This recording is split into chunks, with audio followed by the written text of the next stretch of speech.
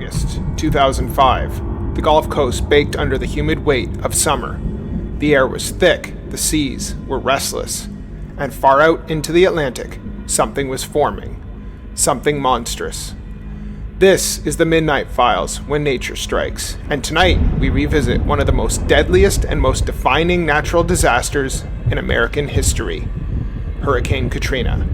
But before we jump into tonight's episode, please make sure you check out our episodes on the Joplin, Missouri tornado, the Moore, Oklahoma tornado, the El Reno tornado, and the Tri-State tornado that touched down and went through 3 separate states, and also the latest episode on Hurricane Wilma.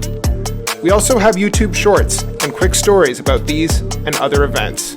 Make sure to like, comment, and subscribe so you don't miss a single episode. Now, let's get started. The system that would become Katrina began as a tropical depression over the southeastern Bahamas on August 23, 2005. It was the 12th named storm of the season, and it was an inactive Atlantic hurricane season. Initially, it didn't raise any alarms, but the conditions were perfect for intensification. Low wind shear, warm sea surface temperatures, and a moisture-laden atmosphere. Within 24 hours, it strengthened into Tropical Storm Katrina. On August 25th, it made its first landfall at South Florida as a Category 1 hurricane. It knocked out power to over 1 million residents and killed 14 people. Then it emerged into the Gulf of Mexico. And there is where the nightmare began. Katrina entered a pocket of the Gulf where the sea surface temperatures exceeded 86 degrees Fahrenheit, essentially rocket fuel for hurricanes. Within 48 hours, it underwent explosive intensification, reaching Category 5 status, with sustained winds of 175 miles per hour and a central pressure of 902 millibars. One of the most powerful Atlantic hurricanes ever recorded. Forecast models were ominous. Katrina was headed for the northern Gulf Coast. New Orleans, a city cradled below sea level and protected by an aging levee system, was in the crosshairs. On August 27th, the National Hurricane Center issued dire warnings. Katrina was likely to be a catastrophic event. The words devastating and potentially unsurvivable were used. On August 28th, New Orleans Mayor Ray Nagin issued the city's first ever mandatory evacuation order. But evacuation was not a luxury for everyone. Some people couldn't afford it.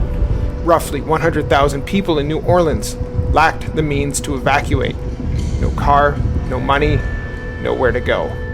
They were told to seek refuge in the Superdome, a vast stadium turned into an emergency shelter. Others stayed in their homes, some out of necessity, others in denial or defiance. The highways out of the city became clogged, gas stations ran dry. Some families were separated, pets were left behind. The tension was palpable, and all the while, Katrina was inching closer and closer. At 6:10 a.m. on August 29, 2005, Hurricane Katrina made landfall near Louisiana as a Category 3 storm with sustained winds of 125 miles per hour. Later that morning, it made a second landfall near the Mississippi-Louisiana border. Though the winds had weakened slightly, Katrina's massive size and storm surge made it devastating. The storm surge reached over 28 feet in some parts of Mississippi, flattening entire coastal towns like Waveland and Pass Christian. But in New Orleans, the true horror came not from the wind, but from the water. The city's levee system failed catastrophically. The 17th Street Canal, the London Avenue Canal, and the Industrial Canal were all breached. Water poured down into the city. By mid-morning, 80% of New Orleans was underwater. Entire neighborhoods were submerged. In the lower 9th Ward, a wall of water surged through homes like a tsunami. People climbed onto rooftops, waving bed sheets, screaming for help. Elderly residents drowned in nursing homes. Hospitals lost power and backup generators. The Superdome, meant to be a refuge, descended into misery. No air conditioning, overflowing toilets, food shortages, and mounting fear. In the days following landfall, New Orleans descended into chaos. Communications were down. Emergency services were overwhelmed. FEMA's response was slow and riddled with logistical failures. Supplies were stuck in warehouses. Buses promised for evacuations arrived late. The scenes broadcast across the world were apocalyptic. Bodies floated in floodwaters. Children cried out for food. The elderly died, waiting for help. At the convention center, thousands waited with no supplies, no law enforcement, and no clear plan. On September 1st, 4 days after landfall, President George W. Bush famously praised FEMA Director Michael Brown, saying, "Brownie, you're doing a heck of a job," a phrase that would become symbolic of the government's tone-deaf response. Local leaders were furious. Citizens were angry. Trust in the government's ability to protect its people was shattered. When the floodwaters receded weeks later, what remained was devastation on a scale hard to fathom. 1,836 people were confirmed dead. Hundreds more were missing. Over 1 million people were displaced. New Orleans' population dropped by more than half. Entire communities were erased. Schools, hospitals, churches, all gone. Black and low-income neighborhoods were hardest hit, exposing deep racial and economic divides. The trauma was generational. There were heroes, too. Neighbors who rescued each other with makeshift boats. First responders who defied orders to help. Volunteers who poured in from across the nation. But the emotional toll was incalculable. In the months and years that followed, New Orleans began the slow, painful process of rebuilding. Billions were allocated for reconstruction. The U.S. Army Corps of Engineers undertook a massive overhaul of the levee system. New floodgates were installed. Homes were erased, but they were also raised. Neighborhoods were rebuilt, but not all equally.